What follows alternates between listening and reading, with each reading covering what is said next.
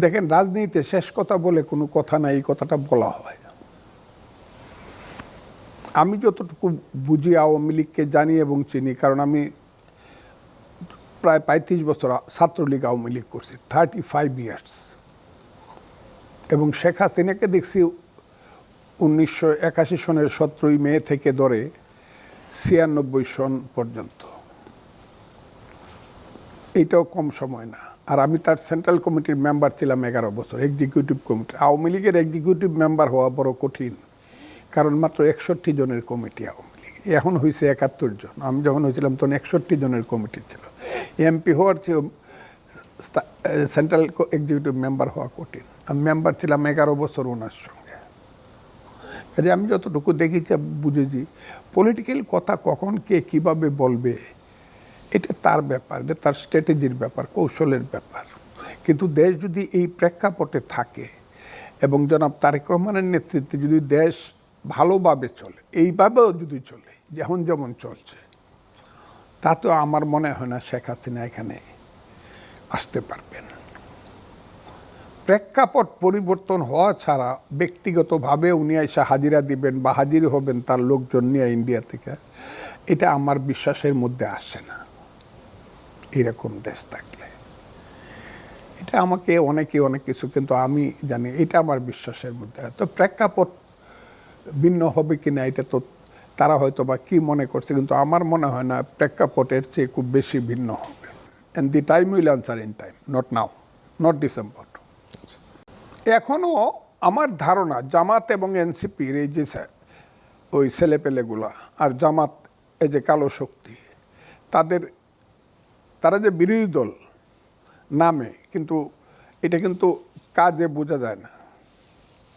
তারা বিএনপি অনেক সময় বিএনপির চেয়ে সরকারি দলের চেয়েও প্রশাসনে অনেক ক্ষমতা বেশি খাটায়।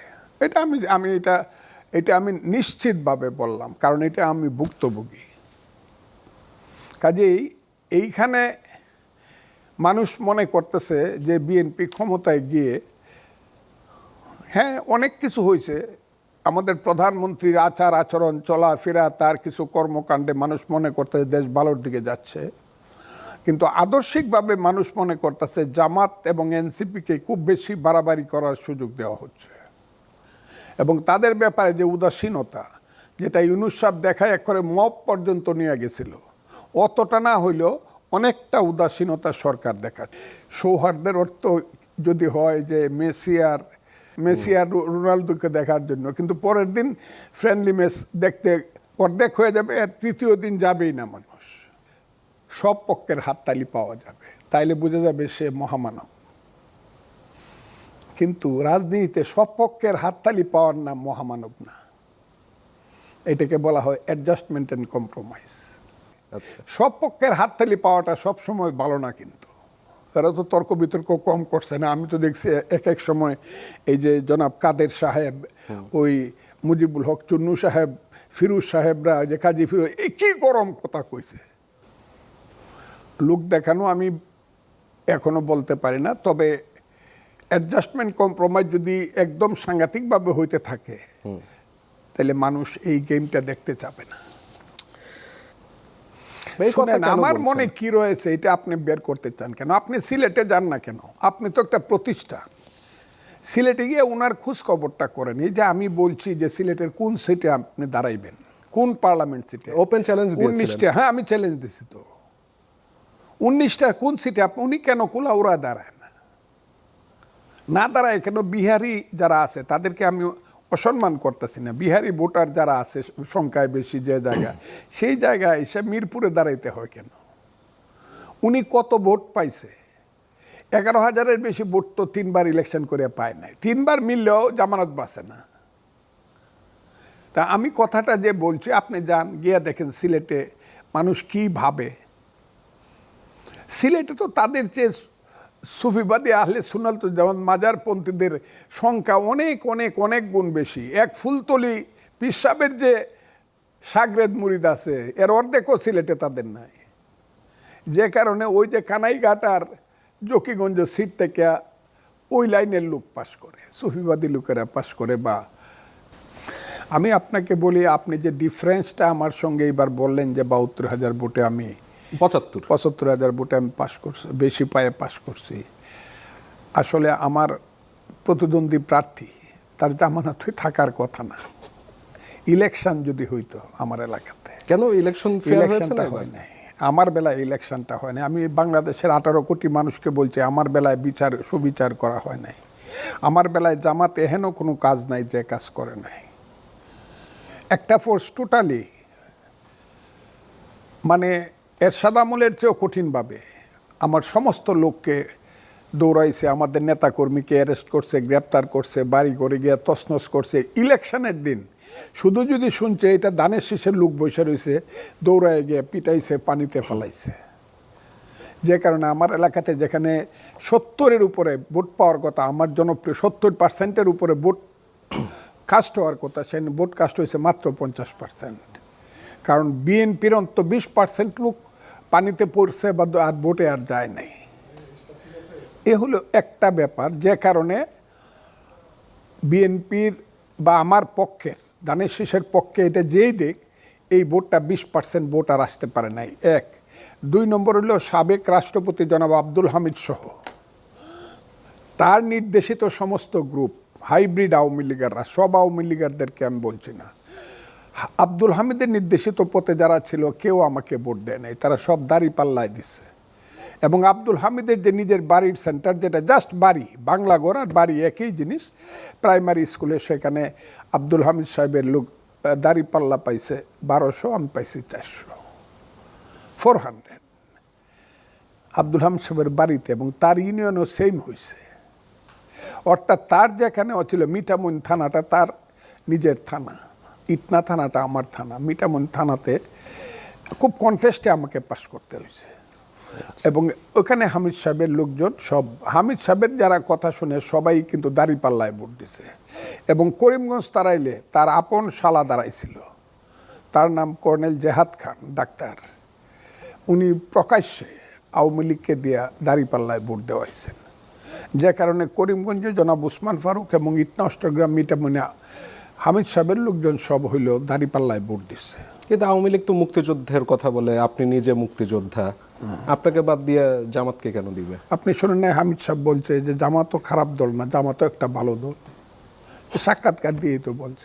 কারণ তার পরিবারে শুধু তিনি ছাড়া তার একটা ভাই ছিল, মারা গেছে, আল্লাহ তারে বেহেশত নসিব করুক, তার নাম আব্দুল হক নুরু। এই 2 জন ছাড়া তার স্ত্রী, তার ছেলে পেলে সব কিন্তু জামাত করতো, শিবির করতো। সুদখোর বাটপার গেছে, এখন যে আরেকজন আসছে সে খাম্বা আর গ্রেনেড হামলাকারী। তাদের তো একটাই চেষ্টা কিভাবে আমাদের মারবে। তারপর আমি বাংলাদেশে যাব, কারণ মানুষের এত কষ্ট সহ্য হয় না।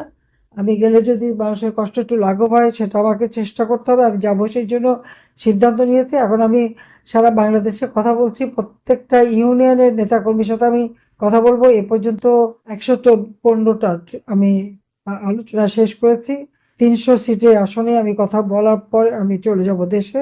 যা থাকে কপালে, সে আল্লাহ বারবার আমাকে বাঁচিয়েছে, আল্লাহ সেটা রক্ষা করবে। তবে আমি কথা দিচ্ছি, ইনশাআল্লাহ খোদা আমাকে বারবার বাঁচিয়েছে, এটা ঠিক। এবারও তাই। 30 থেকে 40 মিনিটের জন্য আমরা জীবনে বেঁচে গিয়েছিলাম, যে আমি জানতাম না যে আমাকে দেশ ছেড়ে আসতে হবে, কারণ আমি কখনো দেশ ছেড়ে আসতে চাইনি। যেখানে আমাকে বাধা দেওয়া সত্ত্বেও, মৃত্যু নিশ্চিত জেনেও আমি দেশে ফিরেছিলাম, সেই 81 সালে, আবার 2007 সালে। আমি এবারে কখনো চিন্তা করতে পারিনি যে আমাকে দেশ ছেড়ে আসতে হবে, কিন্তু যেভাবে হোক চলে এসেছি। কিন্তু বেঁচে যখন আছি, আমি আছি, সবকিছু হারিয়েছি, একটু স্মৃতি নিয়ে বেঁচেছিলাম, সেটাও শেষ। কিন্তু বাংলাদেশের জনগণ আছে, যে জনগণের জন্য আমার বাবা জীবন দিয়ে গেছেন, আমার মা জীবন দিয়ে গেছেন, আমার ভাইয়েরা জীবন দিয়ে গেছেন। আমার জীবন আমি কবুল করেছি আমার দেশের মানুষের জন্য, প্রয়োজনে তাদের জন্য জীবন দেব। কিন্তু তাদের ভাগ্য পরিবর্তন করব, এই দুঃশাসনের হাত থেকে মুক্ত করব, দেশকে আবার আমরা উন্নত সমৃদ্ধ করে মানুষের জীবনে শান্তি, নিরাপত্তা আমরা নিশ্চিত করব। এটাই আমাদের প্রতিজ্ঞা। আজকেও যেমন প্রবাসে আমাকে সেই রিফিউজি হিসেবেই থাকতে হচ্ছে, কিন্তু আমি বিশ্বাস করি আমি ফিরে আসবো খুব তাড়াতাড়ি। কারণ দেশের মানুষের এই কষ্ট, এই দুঃশাসনের কবল থেকে দেশের মানুষকে মুক্ত করা, আজকে দেশের মানুষের যে অর্থনৈতিক কষ্ট, সেই কষ্ট দূর করা। তরুণ সমাজ আজকে কাজ পায় না, নারীদের উপর প্রতিনিয়ত অত্যাচার নির্যাতন চলছে, কিন্তু বিচার চাইতে পারে না। নারী, শিশু, বালিকা তারা ধর্ষিত হচ্ছে। আসলে বাংলাদেশটাই ধর্ষিত হচ্ছে। বাংলাদেশটাই আজকে একটা জঙ্গি সন্ত্রাসের রাজত্বে কায়েম হয়েছে। কাজে এই দুঃশাসন থেকে দেশকে মুক্ত করা, দেশের মানুষের ভাগ্য পরিবর্তন করে আবার মানুষের জীবনে শান্তি নিরাপত্তা ফিরিয়ে আনা, এটাই আমাদের প্রতিজ্ঞা। প্রত্যেকটা এলাকায় আমাদের নেতা কর্মীদের উপরে যে অকথ্য অত্যাচার নির্যাতন চালাচ্ছে, এরা মনে করেছে যে এভাবে নির্যাতন করে আওয়ামী লীগকে দমাতে পারবে। আওয়ামী লীগ নিষিদ্ধ, আওয়ামী লীগ কাজ করতে পারবে না, আওয়ামী লীগকে ভোট করতে দেবে না। কেন? যে হারে সন্ত্রাসী কর্মকাণ্ড তারা চালাচ্ছে, আওয়ামী লীগের একটা তৃণমূলের নেতা কর্মীও রেহাই পাচ্ছে না। তাদের ঘর বাড়ি ভেঙে দেওয়া, দোকানপাট ব্যবসা প্রতিষ্ঠান নষ্ট করা, আগুন দিয়ে পুড়িয়ে দেওয়া, বাড়ির মা বোন ছেলে মেয়ে কাউকে তারা ছাড়ে না। গায়ে হাত তোলা, মারা, হত্যা করা, খুন প্রতিনিয়ত চলছে। এই জুলুম অত্যাচার করে তারা মনে করছে যে টিকে যাবে। আন্দোলনের নামে যে সমস্ত হত্যা, খুন, অগ্নিসত্তার ধ্বংসযজ্ঞ চলছিল, এটা বিএনপির ওরাই করেছে, কিন্তু ওরা নিজেদের নামটা বলেনি। কাজে নাম লুকিয়ে এই সমস্ত অপকর্মের সাথে তারা জড়িত। একে একে তাদের সববার চেহারাটা বের হয়ে যাচ্ছে।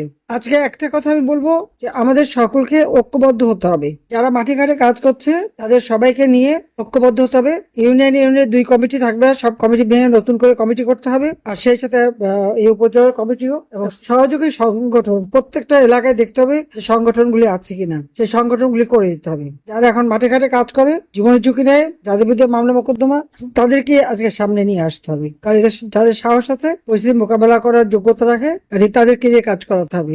সেইভাবে সংগঠন করতে হবে। আজকে আমার অবাক লাগে যখন শুনি সেনাবাহিনী যে আমাদের আওয়ামী লীগ নেতা কর্মীর উপর হামলা করে। কেন? যে রহমানের বলে যে জেলে ফাঁসি দিত আর ফায়ারিং স্কোয়াডে দিয়ে মারতো, সেটা ভুলে গেছে তারা, তাদের সেই ইতিহাস জানা নাই। একমাত্র আওয়ামী লীগ আসার পরে তো আমরা প্রত্যেকটা সেক্টর উন্নতি করেছি। শিক্ষা দীক্ষা, ট্রেনিং, বিদেশে কর্মসংস্থান, শান্তিরক্ষা মিশনে বাংলাদেশ 1 নম্বরে ছিল, এখন কোথায় আছে? এমনকি সে কঙ্গো থেকে আমাদের পুলিশ কন্টিনজেন্ট ফেরত পাঠিয়ে দিয়েছে বিভিন্ন জায়গায়। এখন তো সেখানে যাওয়ার সুযোগ পাচ্ছে না। দেশের ভাবমূর্তি আন্তর্জাতিক ভাবে নষ্ট করে দিয়েছে। যেটা ছিল উন্নয়নের রোল মডেল, আজকে আর সেটা নাই। আর লাশের তো অভাব নাই। গুম, খুন, হত্যা প্রতিনিয়ত।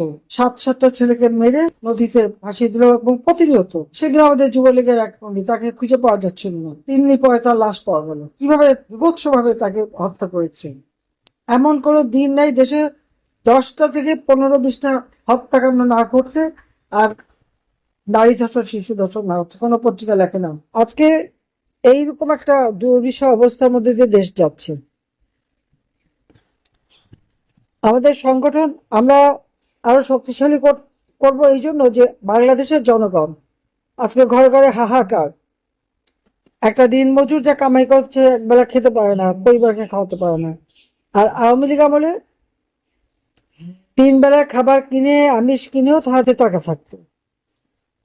এটা কৃষি শ্রমিক যেটা কামাই করতো, তা দিয়েও আওয়ামী লীগ আমলে অন্তত 11-12 কিলো চাল কিনে চলতে পারতো। এখন তো সেটাও তার করার উপায় নাই। এখানে একটা কথা বলি সবাইকে, যারা এই আপনাদের বাড়ি ঘরে আগুন দিয়েছে, পুড়িয়েছে, ব্যবসা প্রতিষ্ঠান পুড়িয়েছে, প্রত্যেকের নাম ঠিকানা সবকিছু রেখে দিতে হবে। যারা লুটপাট করেছে, এই লুটের মাল কোথায় রেখেছে সেগুলি খোঁজ নিতে হবে এবং যারা লুট করেছে লুটের মাল ফেরত দিতে হবে তাদের। আর তারা এটা যেন ভুলে না যায় যে সম্পদ তাদেরও আছে। একজনের উপর ঢিলটা মারলে পাটকেলটা খেতে হয়। কে বাঁচাবে? যাদের কথা নিয়ে এসেছে তারা আসবে না, এটা মাথায় রাখতে হবে। নিজেদের সর্বনাশ নিজেরা ডেকে নিয়ে আসছে। আমি 15 বছর 7 মাস ক্ষমতায়, আমরা তো কখনো এইভাবে জুলুম করিনি কারো উপরে। দল যে খুশি দল করবে করবে। আমরা মানুষকে যখন সহযোগিতা করেছি মানুষ হিসেবে করেছি। তো যাক, আমি এটুকু বলবো যে আজকে সময় এসে গেছে। হ্যাঁ, অতীতে যে কে কি করছে সেগুলি ভুলে যে এখন যারা মাঠে আছে কাজ করছে সবাইকে নিয়ে সংগঠনটাকে শক্তিশালী করতে হবে। সাধারণ মানুষ, কৃষক, শ্রমিক, দিনমজুর, রিক্সাওয়ালা, ভ্যানওয়ালা, গাড়িওয়ালা, সমস্ত সাধারণ মানুষরা আমাদের পাশে। ব্যবসায়ীরা আমার সবাই দলমত নির্বিশেষে ব্যবসা করতে পেরেছে। আজকে চাঁদা দিতে দিতে তাদের নাবিশ্বাস উঠছে, সে বিএনপি করুক যেই করুক। বিএনপির এক নেতা চাঁদা দিতে অপারগতা জানানোর ফলে তাকে তো বিএনপির নেতারাই পাথর দিয়ে মেরে মেরে হত্যা করলো। কাজে এটাই হচ্ছে তাদের চরিত্র। আর রক কাটা, এ তো জামাতের কাজ। হাত কাটা, রক কাটা, এরা কোনো মানুষের কল্যাণ করতে পারে না, কল্যাণ করতে জানে না। কাজে এখানে একমাত্র আওয়ামী লীগ আছে দেশের মানুষের ভাগ্য পরিবর্তন করতে পারে। আওয়ামী লীগ আছে দেশকে উন্নত করতে পারে। আওয়ামী লীগই এই দেশটাকে, জাতির পিতা বঙ্গবন্ধু শেখ মুজিব আওয়ামী লীগ সংগঠন নিয়ে দেশটাকে স্বাধীন করেছেন।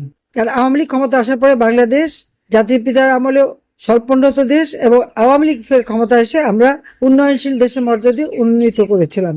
এই উন্নয়নশীল দেশের মর্যাদায় আমরা যে উন্নীত করলাম, আজকে সেটাও ধ্বংস করে দিল এই বাটপার, বিশ্ব বাটপার সুৎখর ইউনূস আর এই তারেক আর এই জামাত শিবির মিলে, যুদ্ধাপরাধী তারা মিলে।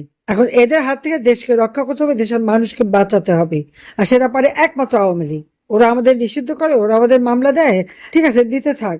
আমরা আমাদের সংগঠন নিয়ে মানুষের পাশে থাকবো, প্রত্যেকে মানুষের পাশে থাকতে হবে, তাদের জন্য কি কি কাজ করছি সেটা যেমন জানাতে হবে, আর যে অত্যাচারগুলি করছে এগুলি সমস্ত তালিকা করে করে সব মানুষকে জানাতে হবে যে এরা কিভাবে মানুষের উপর জুলুম করেছে, অত্যাচার করেছে, ঘরবাড়ি ধ্বংস করেছে, লুটপাট করেছে, আর চাঁদা নিয়েছে, চাঁদাবাজি এছাড়া আর কিছু জানে না। এবার সবাইকে সংগঠিত হওয়ার জন্য আমি ফিরে আসবো খুব তাড়াতাড়ি, কারণ দেশের মানুষের এই কষ্ট, এই দুঃশাসনের কবল থেকে দেশের মানুষকে মুক্ত করা, আজকে দেশের মানুষের যে অর্থনৈতিক কষ্ট, সেই কষ্ট দূর করা। তরুণ সমাজ আজকে কাজ পায় না, নারীদের উপর প্রতিনিয়ত অত্যাচার নির্যাতন চলছে, কিন্তু বিচার চাইতে পারে না। নারী, শিশু, বালিকা তারা ধর্ষিত হচ্ছে। আসলে বাংলাদেশটাই ধর্ষিত হচ্ছে, বাংলাদেশটাই আজকে একটা জঙ্গি সন্ত্রাসের রাজত্বে কায়েম হয়েছে। কাজে এই দুঃশাসন থেকে দেশকে মুক্ত করা, দেশের মানুষের ভাগ্য পরিবর্তন করে আবার মানুষের জীবনে শান্তি নিরাপত্তা ফিরিয়ে আনা, এটাই আমাদের প্রতিজ্ঞা। আজকে দিনে সেই প্রতিজ্ঞা করেই আমি বিদায় নিচ্ছি। ইনশাল্লাহ দেখা হবে বাংলার মাটিতে। জয় বাংলা, জয় বঙ্গবন্ধু, বাংলাদেশ চিরজীবী হোক। খোদা হাফেজ।